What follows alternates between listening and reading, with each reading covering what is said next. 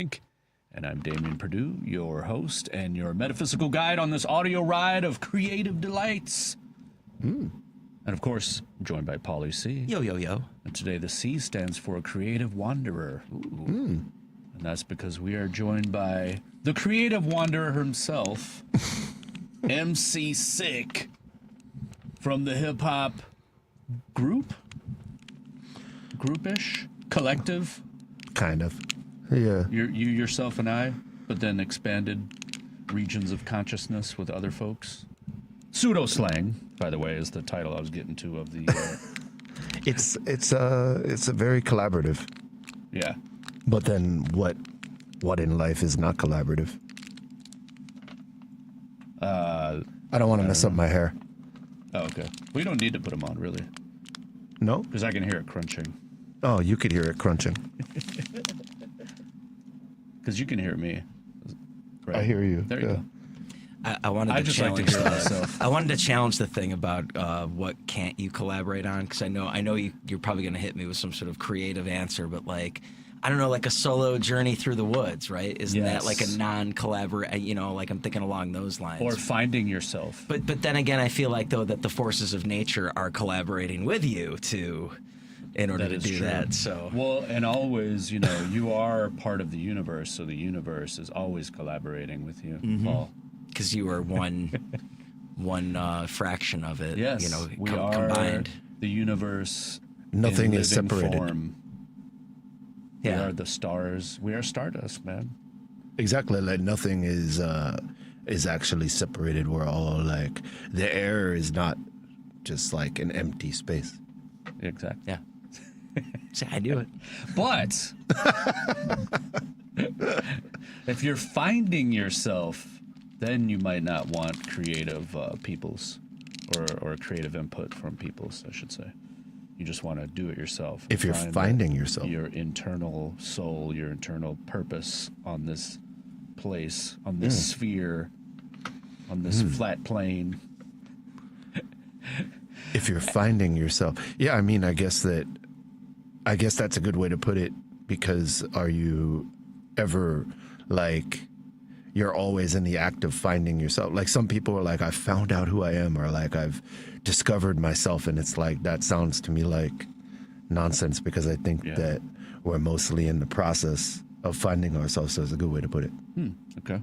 Like it's just it's a trip that you don't really reach the destination, because you're also not like going to be just one thing. It's not like, I've come to the point where I've found myself, but you're always changing. So if you find one version of yourself, there's going to be new versions anyway. That's true. And even on a physical level, because your cells rapidly change and you kind of like shed who you were even in a physical self throughout years. I think it's like every 7 years your like body regenerates. Yeah, I've heard that too, and I think that sounds like it tracks with my experience. Speaking of your experience, it's been a while since you've been on the show. I think How it's long? been like, I don't know, what do you think, Paul? It's like 4 years, maybe? Something like that? 4 or 5 years? It must be more, no? Yeah, well, I don't know, was it pre-pandemic or? It must have been I don't know. pre-pandemic, right? Maybe. So it could have been 7 years? 6, 7 years. You know what? Time has no meaning, Sounds man. right. Yeah. What year is it? It's perfect. My cells are entirely new now. Yeah. Exactly. See, you're a whole new. It's like a whole new guest. It's a new guest, but you've met a previous version of him or them. That's the new thing we're gonna do. We're only gonna bring people on every 7 years. Yeah. So that they're like a totally different person. I like it. Yeah. It fits. That's a great idea. It's cool. What is that? No, there's like a movie series. What is it? Something in Me, 17 in Me or something. You know about this? It sounds familiar. Where but- the director like meets with people every like in okay. increments through their Yeah, life, yeah, and it goes for a long time. But I never watched it. I just know of it, Right. like many things. I know 23andMe. 23. They Yeah, got that's right. That's the the DNA. yeah. Didn't they got like sued or something, or they got bought out by? I think they got bought by Bayer, and now like they're just capturing everyone's DNA. Yeah, they're using it and cloning and selling your information to pharmaceutical companies. Thanks so much. I'm happy this is where we're at in our species development. But it's been a while since you've been on the show, and you have been doing many things. You left Chicago. Did I leave? Not in your mind, not in your heart. You never left. But you've traveled a lot. You've been touring all over the place. Mm-hmm, yeah. You even started living overseas for a while, right? Living might be a stretch, but Residing. How about that? sort of having like another home base point. Yeah. But from which only to travel really. So it's kind of like more flexibility. I can travel freely through Europe. Well, ain't nothing free, so I don't know if I'm traveling freely, but I'm freely traveling at an expense. Yes. Through Europe a lot, and the UK and the States and Canada, and yeah, it's cool. And that was, when did you embark on that? When did you leave Chicago to kind of have more of a home base in Europe? That was just at the end of the pandemic, but it wasn't like a set. I wouldn't, there was no plan or anything like that, Yeah. and it wasn't even like necessarily an action that was intended. But the pandemic was pretty rough. Yeah. And as soon as the ability to go and do shows across the pond came up, because there wasn't a ton happening in stateside anyway, right? So as soon as the opportunity came up to get back to the music, and that is kind of at the forefront of, I guess, my creative journey or whatever. So as soon as I was able to get back to the music, I jumped immediately at the opportunity to go back and do shows throughout Europe, and the UK and stuff like that. But just like everywhere, the pandemic put like a big wedge into any artist's journey, and so in many ways, I think many artists had to not start from scratch, but really start from zero as far as venues, and everything changed. So but I was just super grateful to be able to get back to that, and immediately, like, I guess I flew into Germany, then immediately pivoted to France, and linked with a cat called Fritz, and immediately jumped onto dates and the road as soon as I landed. And it was incredible. I mean, I'm grateful I was able to do it, and I was barely able to do it. And you've almost been kind of just touring since then. I've only been traveling, and acquired like the ability to have like a quote unquote residence in West Germany, but like I said, it's really just a ticket to have access to Europe and to be able to travel around and do music. But I'm also doing like other creative stuff, like art, cooking, like barbecue, all sorts of different forms of events that are essentially, I guess, like, to me, the music is like some sort of a fuel and an inspiration, but also, I guess in the end, all of it kind of equates to community. Yeah, and I think that you going over there and connecting with not only a cat called Fritz, but Arvid, who's a great... Ovid. Who's, you always do that. You're like, Arvid. And it's always so... I like it. It's cool. Arvid Wunsch. I say very Midwestern. Of Hip Hop Kiosk. He's my videographer. Yeah. Or not my videographer. He's a videographer who's done all of my music videos. Yeah. He did one of mine, too. Yeah, he did. It's beautiful. And numerous others. Yeah, and so him, Paul Cut, and a cat called Fritz are very important, people on my journey. Yeah, and I think too, like linking up with those guys, and not that when you were here you weren't doing, multidisciplinary or multimedia type shows, but from what you've been telling me in the last couple of days since you've been back about the different events and kind of thematic, shows, very different in terms of like branching off from your typical kind of hip hop show where it's, rappers, DJs, and everybody just kind of performs. You're doing stuff that has like, in theaters with, the one you were explaining to me the other day about where you had using film as cues for the show and the music. To perform in a projection. Yes. To provide the name of this event I put together, that was put together with Ovid, and it was called Resonant Shimmers, because it's like it's essentially like performing in a projection of your, where we present a lot of art from each artist that we showcase or whatever, and they perform inside of the moving imagery of their art that we kind of reshot and prepared, but also mixed with like live stuff, and it's like essentially from the big projector.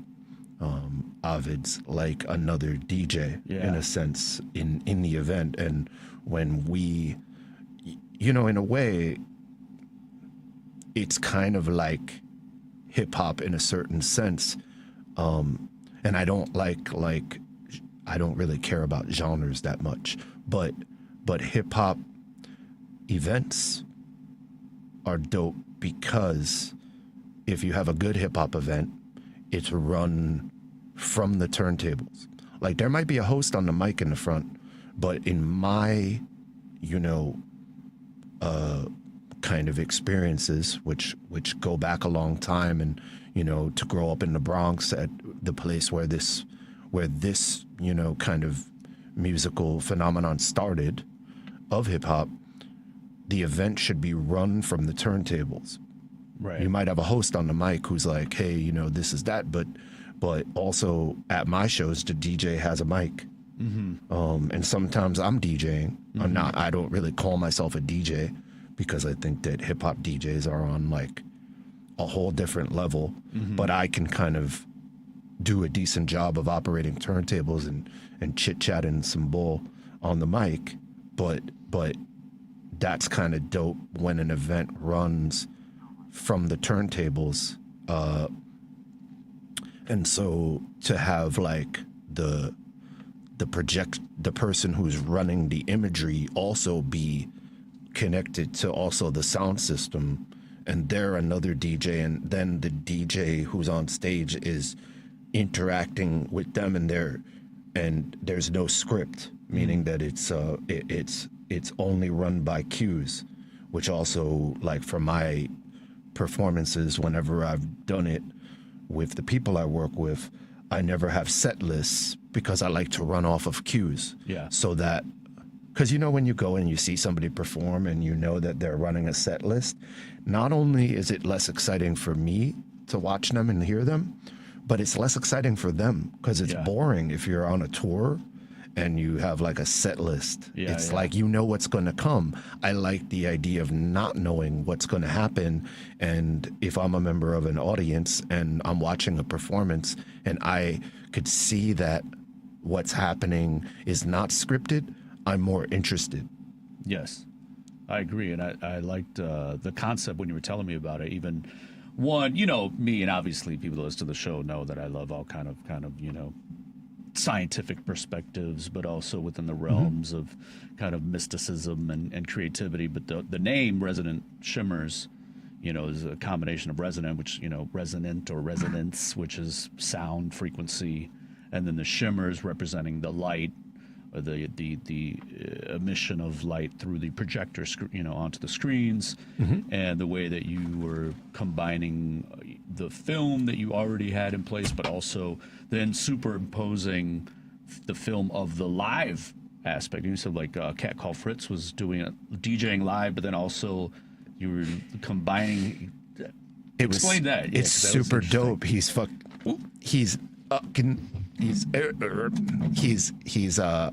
He's inside of his. He was performing like all of the artists, not just him, but he's a really dope illustrator.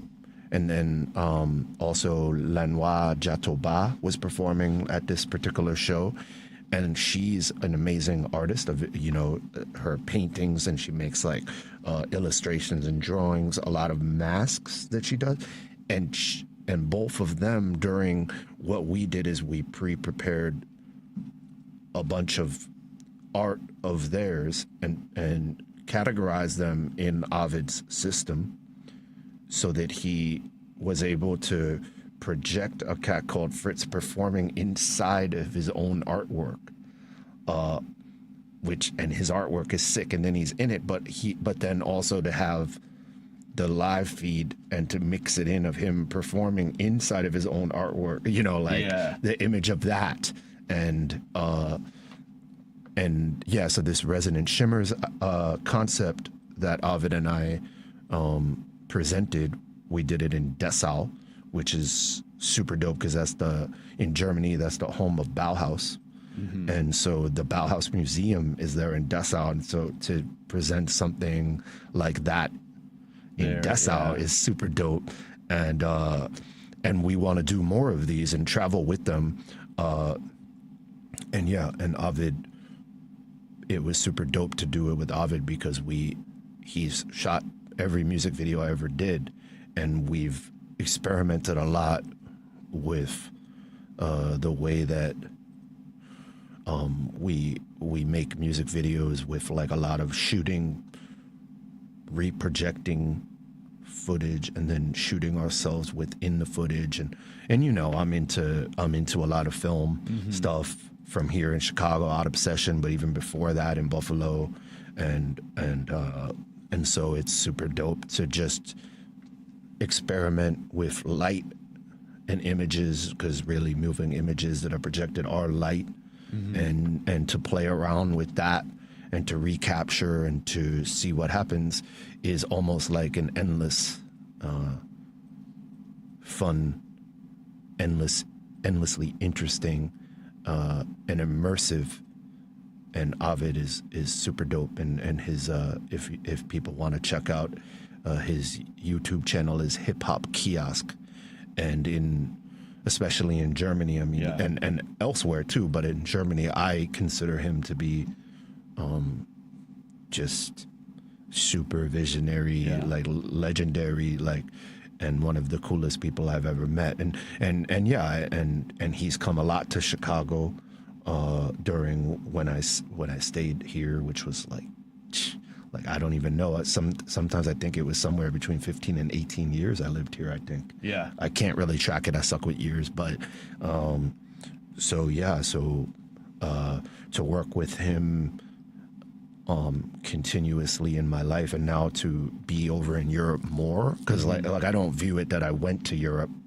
I just view it that like I'm there more. And to be closer to him and to work with him is like one of the biggest blessings of my entire existence. Yeah, and I'd like to, just as kind of what fascinates me with the project you were talking about, the Resonant Shimmers, to go back to that a little bit, but we do have to get to a break in a second, is, I was telling you about this, like, as far as being an artist, but also being a fan and watching hip-hop shows, I think that there's so much room for expansion and doing different creative ideas within the realms of the music and the art, and collaborating and mixing it together instead of just the same old, there's a rapper up there and there's a DJ and then it's the next rapper and the next DJ, and just kind of like, I don't know, can get a little boring after a while. And I think that it's been done for 40 something years. And there's so much space to do, and not only space, but with the technology we have nowadays, and the compactness of things that you can kind of bring with you and add to a live show. I thought it was pretty cool with that idea, and I hope that like more people, not only that you do more of those, but more people incorporate those kind of ideas into hip hop shows and just branch out and make something more interactive and cool. genre is like, first off, genre seems often like an excuse for somebody to name something, right? Like, and that kind of fits into the idea of also like ownership, like as if you own music because you can name it what it is, Right. And I think that's kind of part of the link to like my theories on human pathology that aren't really theories. I just think they're obvious.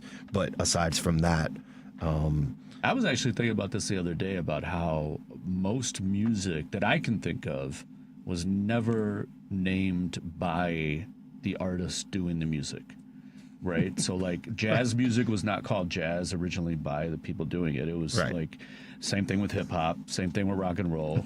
I don't know, maybe the blues, I'm not sure, but a lot of different music genres was called that by either somebody writing an article or somebody critiquing or some, That's like naming like a generation, though. It's never the generation that names it. It's like the label that someone wants to put on it. So it's like a Exactly. movement. It's going to happen regardless of the name of it. Yeah. So someone has to stamp it with something. Yeah, but I just thought it was interesting that it's like I was hearing a song, I think, and they mentioned rock and roll, like rock and roll will never die or something like that. And I just thought about, it's interesting that like, but that's just kind of a made up term, Well, I was going to say, even the definitions of what rock and roll is varies. Yeah. Are we talking traditional, like Chuck Berry type of stuff? Or Right. the fact that Pink is a finalist for the Rock and Roll Hall of Fame? Yeah, yeah. Well, and then then you have like the hip hop section of the Rock and Roll Hall of Fame, which is I guess that's okay, but I feel I like think we it's cool should because have the our own- attitudes, For sure, I for guess sure. that's essentially like, if I think of the hall, it's like it's not the music, it's like the idea, I guess. Even then, that's just so corporate and whitewashed. Exactly. And, That's yeah, kind of a little corny, but kind of defeats the purpose of rock and roll. exactly right. yeah, but if you can name something, like if I were to say a name over and over again, like that's a way in which that also like humans like mess with other humans. If I were to say your name over and over again and just be like Paul, it's a certain dominance over it. So if you can stamp something and even name a genre, like it kind of gets into like the ownership of music and who owns music, and it's like what is that for? It's usually for somebody else to take ownership of what somebody else did, and so, and hip hop's interesting because hip hop is really a tribute to music, because it's sourcing from so Every many different, different yeah. it's like a celebration, but you're putting like, well, it's not always celebrating and it's not always good, so that's not a celebration, but it's like putting kind of what would it be? It's like kind of stripping down and looping It's like a collage. and putting words over something that's repetitious in nature. I love loops. I love living in loops. I sit and write in loops, and I stay in there until I'm done, and I record from the loop. I don't write anymore unless I have a microphone. I haven't done that in a long time. I don't write and then memorize and then go and be like, okay, go, 3, 2, 1, start. But a and lot of that record. is the readily, sorry to interrupt, the readily available technology. Because I'd imagine that it wasn't so easy to record yourself when you had like an idea. It's like, oh, I got to write that down because all I have is pen and paper on me right now. Yeah. Yeah, but I guess it's been like, I don't know how many years of touring, but it's definitely been a couple of decades, if not more, for me. And most of the work that I've done, because I've been traveling most of the time, is like on the road. So you end up in a studio, and even when the technology was a little bit more difficult, like more challenging, I was doing a lot of like show up to the studio. I love the speakers there because I'm addicted to nice speakers. So I'm like, yeah, play these dope ass speakers, and let's get like these loops going. And then I'm sitting there writing, and when I'm ready, I get in front of the microphone and we do it. And I like that kind of, because the moment is the moment, and then when the moment's done, it's done. And of course, it used to be very self-critical and Yeah. thinking, oh, that wasn't good enough, because artists love more than anything to destroy themselves, but they've learned to destroy themselves from systems that like to destroy them, but that's another story. But the idea is that, like, as I've done this for a while, I don't think that mistakes exist either, because I used to be really hung up on like little mistakes. And if you set it, like for instance, we're talking in 3 microphones right now and this is recording. So did we make a mistake? Do we need to go back and see about our mistakes? So mistakes don't exist, even though I might listen back and be like, oh, sucks that I said that, or that I sounded that I said that in that way, or that my voice had a little frog in it, or whatever the case may be. Yeah. But mistakes actually don't exist because they happened. Right. Yeah, well, dude. I like it's a nice line to drop too, Yeah. because I like that idea, because we're really a pathological species. Well, I was going to say, too, when you brought up loops, that you like loops, and that's a very human pathology thing, is living in a loop and patterns. You know, that's the way we all kind of develop these same habits and rituals and patterns. It's very, like, hardwired into our brain to do that kind of thing, so. But the hip hop loops, Yeah, hip-hop loops. no, they sound Speaking of they hip-hop sound way loops- better. Yeah. They sound way better than the life loops that you Yeah. end up that suck. Speaking of hip-hop loops. Do you see the message on your screen? Oh, what did it say? Can't. Yeah, I can't open it. Oh, can we play from YouTube? If that's the same thing. You can play from any sources. try You it can out. play parts of the Illy Tape 1. So it's ILLY and then tape. Yeah, so none of- TAPE. Oh, and on YouTube, it's okay. It's all the singles from this.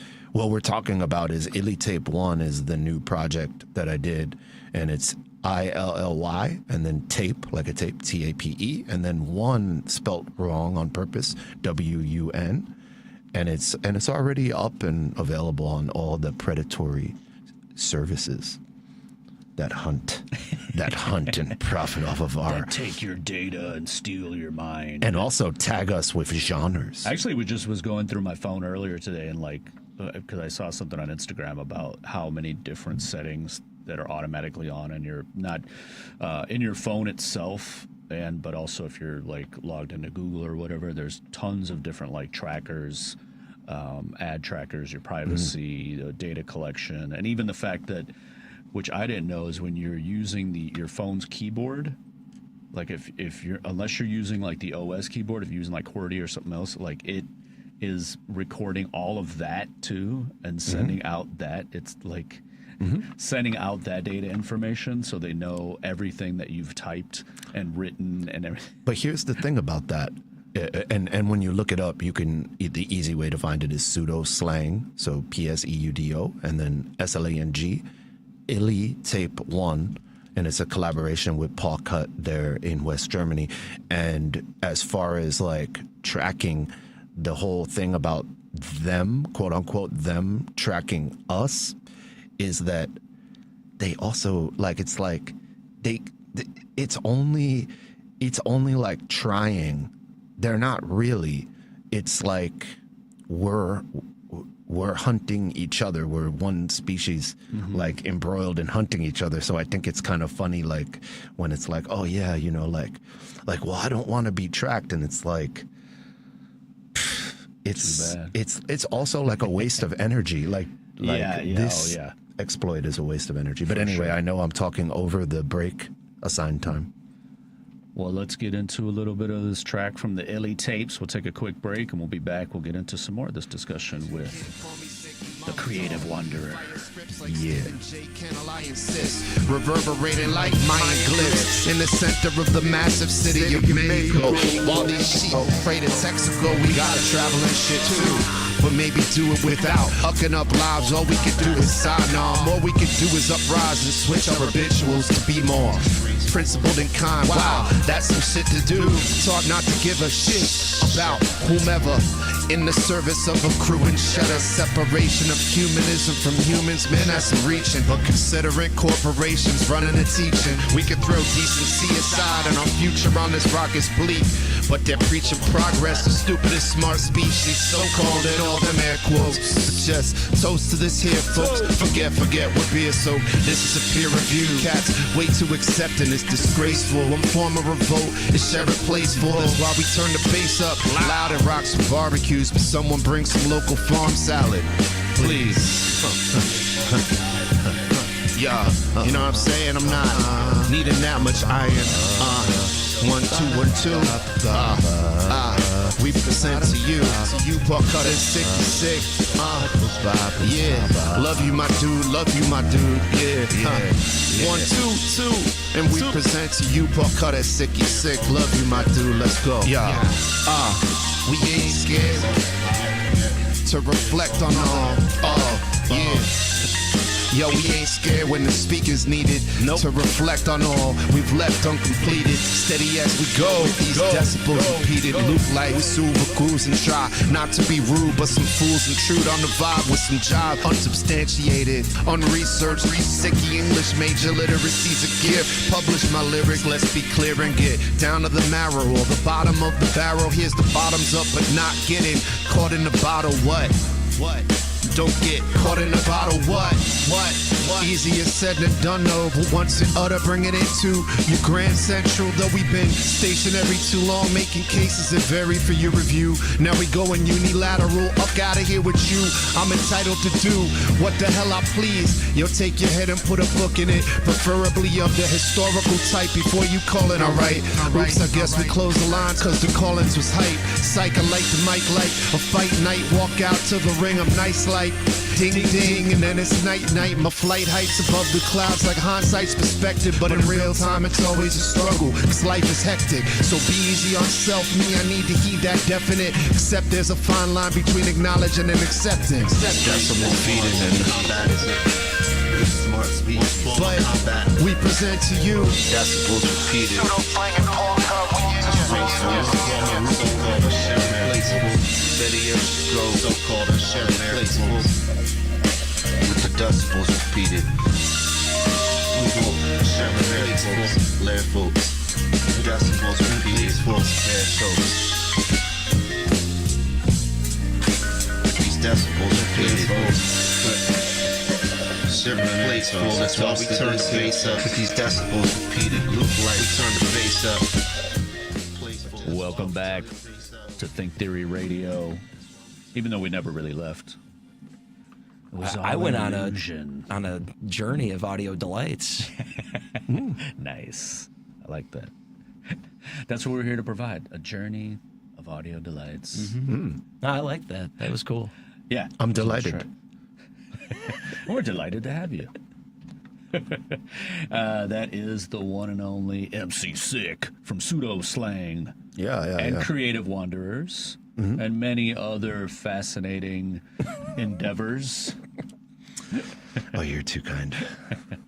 And actually, like, one of the reasons, too, I wanted to bring on the show is because since you got in town and we've been talking and just having, random conversations, we've been talking a lot about the state of the world and, like, and I think it's you offer a unique perspective being kind of living over in Europe for a while, but also traveling, back here every so often, touring through the States and, and getting that kind of a different mindset of, not only what it takes to live in a different place, but also, the way the different structures are run, the way the societies are, the way the kind of the history and mannerisms of people, the differences, like even, everything from politics to cooking, right? Like we're talking about, healthcare in Germany as compared to here, but also you were talking about, you've gotten really deep into cooking and chefing it up, but also learning from the culture of, especially like people in France, or you're saying like that, kind of like farm to table culture is a very normal thing there. Yeah, I mean, it's also like I think two things with that. One is that we are a nomadic species, right? Mm-hmm. That so I think humans weren't really that sedentary for a long time, right? Yeah. So to always be traveling is to, for some reason, if it does feel like, oh, okay, like it's difficult. Mm-hmm. So I wish it was a little easier because it's hard. I think it's always hard to pursue art and creative exploits. Doesn't really fit into the overall scheme of our species, which seems to be to hunt ourselves, mm-hmm. like for select amongst us to profit off of others of us subsisting and suffering, right? Mm-hmm. So this is pretty dumb. So when you're traveling, you feel like, I'm meeting lots of different people from different backgrounds, and that's cool. And music and art, to me, are community. Mm-hmm. And I think that when you think about the way that our societies are structured now, that community is actually threatens the kind of profiteering nature of our varying governances, you know, right? So food, we all love to eat and love to eat good food, and also learn like what's growing in the areas that you travel to really interests me. So I like to connect and figure out where's a dope organic farm, and find some food, and then do a barbecue with music and art and whatever else I can lump into it without just burying myself in an endless amount of work, but connect with other people that are into that. And everywhere you go, you learn from the way that other people cook, and a good reason to get together is to get some good food and some good music and art together, and that to me is completes this kind of gathering vibe, which to me is community. Yeah, I think that's the essence of humanity in its origin, right? Like that's, and I've talked about on the show a ton, where music and art are two of the first things that humans ever created outside of trying to, figure out shelter and, what to do for a food source. It was music and art. Why were we creating music and art when it's not necessary for survival in the sense that we're taught, right? Like the society that we grew up in now, it's such a monetary valued system that it's, it's all about, you have to justify your right to exist on this planet by having a job, right? Like to make other people money.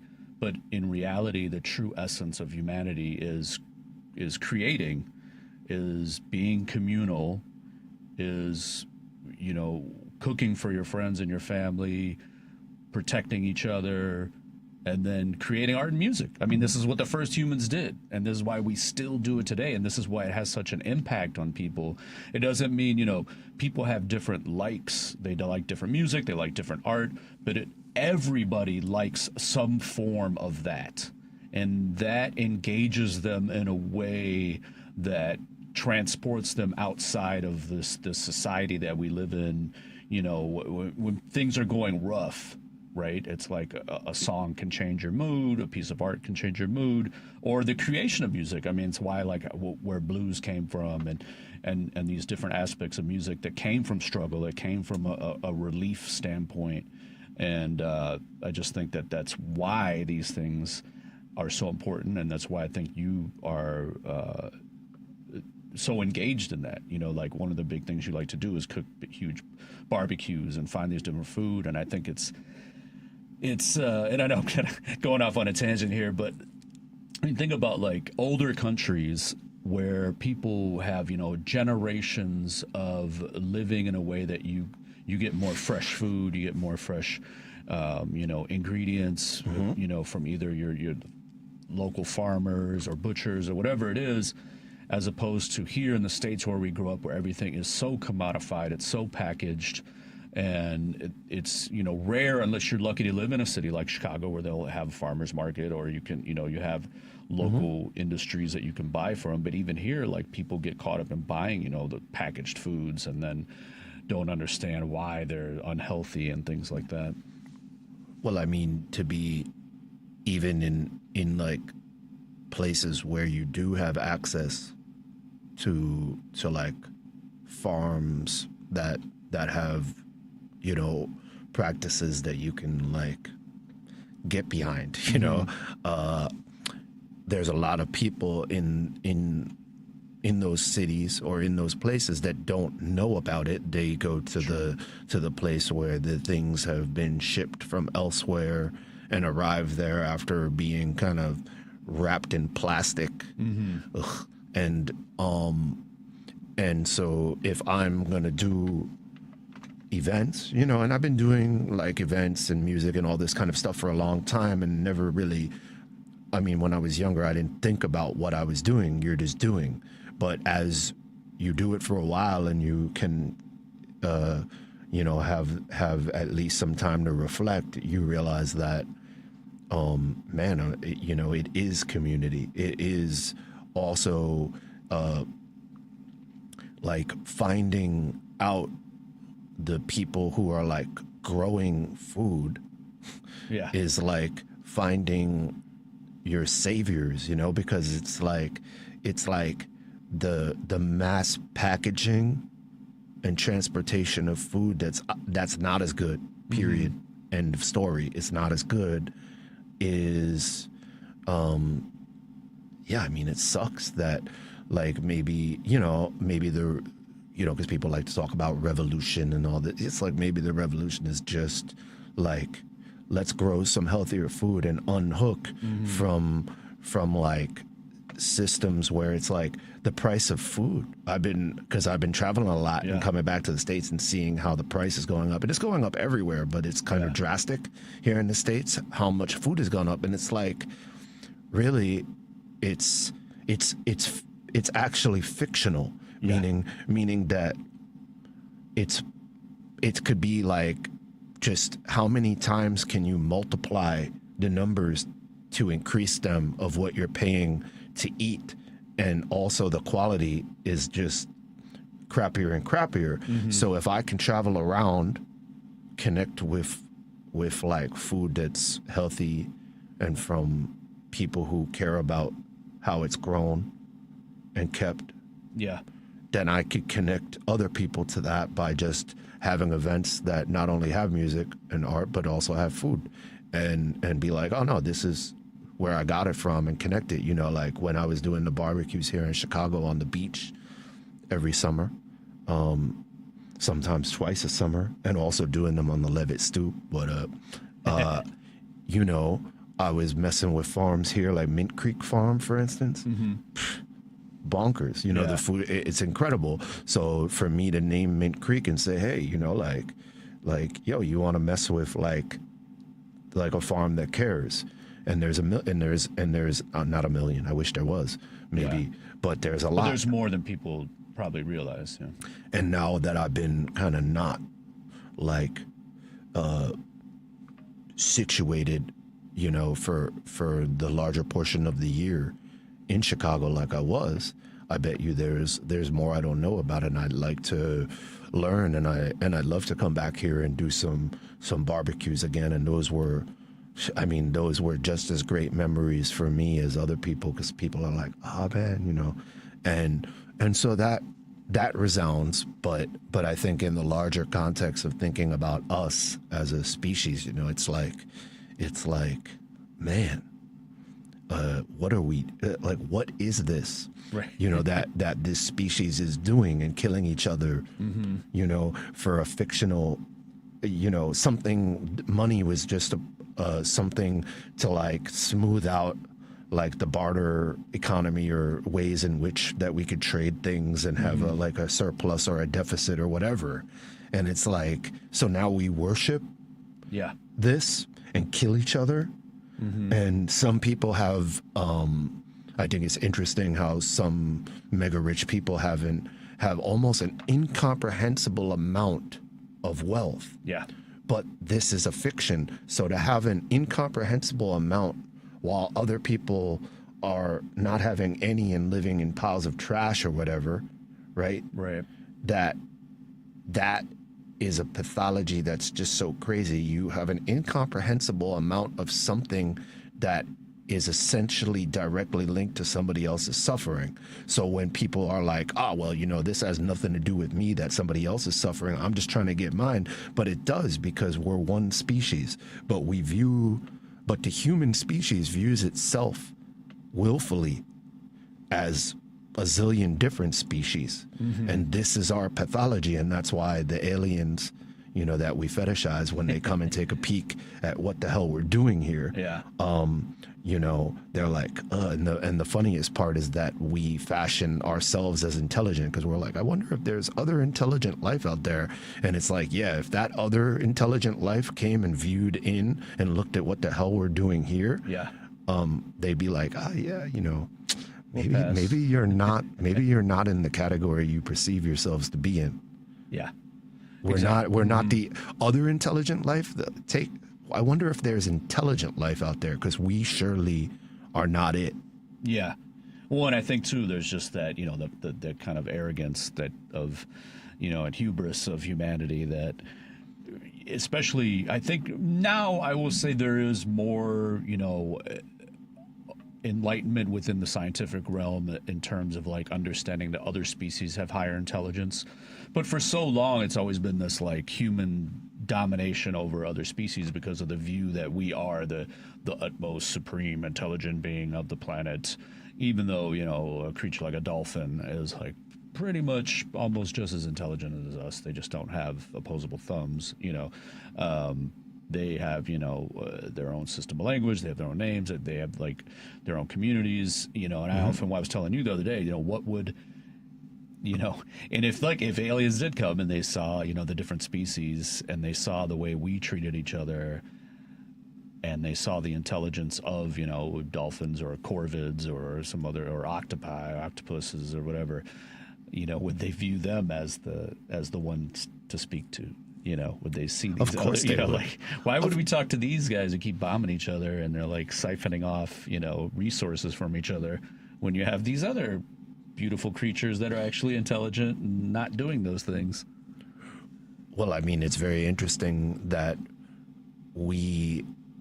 I guess when you think about it, yeah, I mean, we have not reached our potentiality, as a species, because we certainly have the capacity to be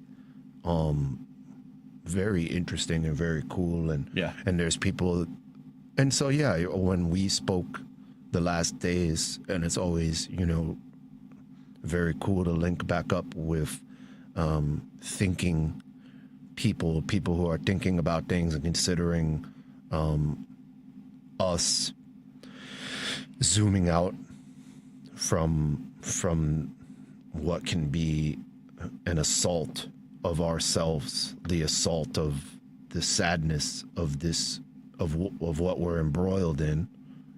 I have to zoom out. Yeah. For my health, for my mental health, for my emotional health, and think about things in a broader context. And sometimes I think that, that the aliens that we fetishize, I hope that they would come and visit, and I would hope that they would choose one of two options, because they would look in and see what we're doing and be like, man, this is hard to look at, Right. And I would think that they would, they're like, maybe if they traversed like the vastness of space to find us, because it's a vast amount of space out there, right? And so I wonder often if they would just make it this far, but if they happen upon this planet and took a peek in, and then And who knows if they're on like a ship? Maybe they're traveling in a way that we don't understand. Energetically, maybe they don't have a form that we even understand, right? Yep. Because energy, like we already know from analyzing the way that things occur on this planet, we already know that the air between us is not really, empty. Like everything is something. Like we're not actually that separated from each other. Right. So maybe the aliens are like traveling in energetical ways that we don't understand, right? And of course, when I say this, I'm saying like the aliens, like as if it's a definite, but it seems like it should be because it's so vast out there, right? That there must be other life, right? So if the aliens we fetishize pop over, however they see this and say, wow, this is rough to look at. So either they're just like, all right, well, let's come back in like 300 years where by the time we've eradicated ourselves, or they think, oh man, this is really tough to watch. Let's help them. Yeah. But the trick would be is that they would have to be quite intelligent because they would have to help us without us knowing we were being helped, because we're so pathological as a species that if we realized, they're doing something, we would just point the entire nuclear arsenal at them and fire, because we're so schlecht. And schlecht is a word in German which kind of means it's totally like bonkers, ucked. That's not a curse, ucked. Like, UCKED. Like snafu. Right, schlecht, and we are just totally. But see, on the other side, and me, I gotta throw a little positive spin in there. No, and I like. I'm not. No, I know. I'm not unhopeful. But I was just gonna say, like, I think there is. You talk about the pathology of kind of like a wanting to destroy each other, but I kind of feel like that is a small percentage of humans. And those are the ones that want to maintain control. I do think that the majority of people on the planet, are good. Basically, they're good in nature. I mean, in terms of they just want to live. Most people in the world just want to live. They want to take care of their family. They want to enjoy themselves. They want to eat. They're not as concerned with this domination over everyone else, where I think it's but we're subject small to it. percent. Yes, because it's the small percentage of people in power have so much power and they have so much money that they can maintain this constant, not just destruction, but it's profit through destruction, and that's a big part of it. And that's why I'm making a lot of music and writing like a lot of stuff about like the idea of like, wow, I'm a great hunter, like the budget ass, because ass isn't a curse, right? So yeah, that's fine. It's also a donkey or something. But yeah, the budget ass hunters is a focus of mine, that we're like, that we fashion ourselves like we're great hunters, and we're hunting ourselves, and it's the dumbest possible thing that we could do, Yeah, and it's so like, oh my.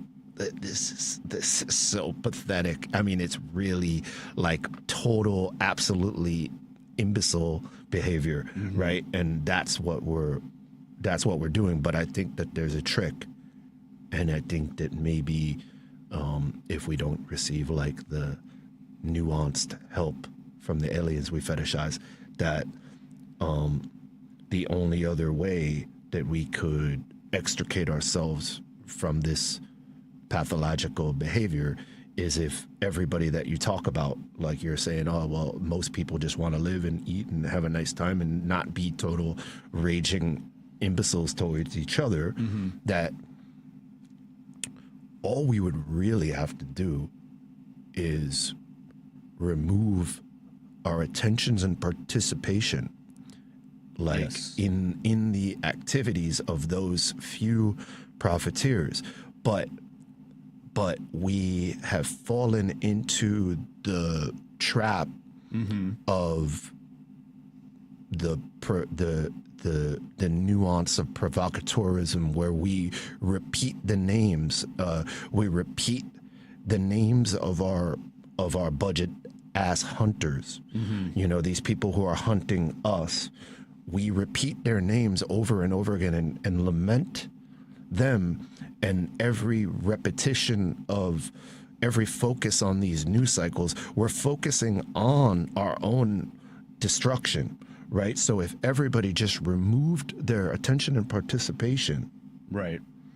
didn't like Focus on like it, yeah. anti-politic, right? Because politic is literally a word for, regardless of the actual definition of the word politics or politician. That's the thing about words, and maybe we're operating too much through language and too caught in the semantical nature of it, because if you think about what politic is, it's the trap. It's we're participating willfully in our own, like if we looked at all these political Demise. parties, right, and thought, is this benefiting us? And it's like, actually totally not. Like anybody could agree that this is not in our benefit, it's the benefit of somebody else. So if we all came to that conclusion and just were like, okay, we're not going to participate anymore. Yeah. Agreed. Unfortunately, I have to stop you there because we have to end the show. No. Unfortunately. That was fast. I know. Thanks again for coming on. Hopefully we'll get you back on. And that's it for Think Theory Radio. Here's another track by Pseudo Slang and Pop Cut, Illy Tape. Yeah. Pretty please. I think that makes sense. No, ain't nothing new in this. What you're doing already do exist. Steady yourself and keep pushing to insist on. Driving it home with Patty Vasquez. John Fugelsang joins us. Oh my God, John, I need you so badly. I need your humor. I need your brilliance. I want to thank you for all you're doing, because CPT is like this incredible beating heart of progressive talk radio. And my first time at your studios was in, I think, 2012, and I just can't believe that how CPT keeps rolling and keeps inspiring. I give you credit for the Pope. I'll take that, even if he is a Sox fan. We'll take it. Patty Vasquez. Weeknights 5 to 7 on WCPT 820. Tune into the Thom Hartmann radio program, your home for news, opinion, and insight, right here on WCPT 820, where facts matter. NBC News Radio. I'm Rob Martier. The bodies of 6 American soldiers killed during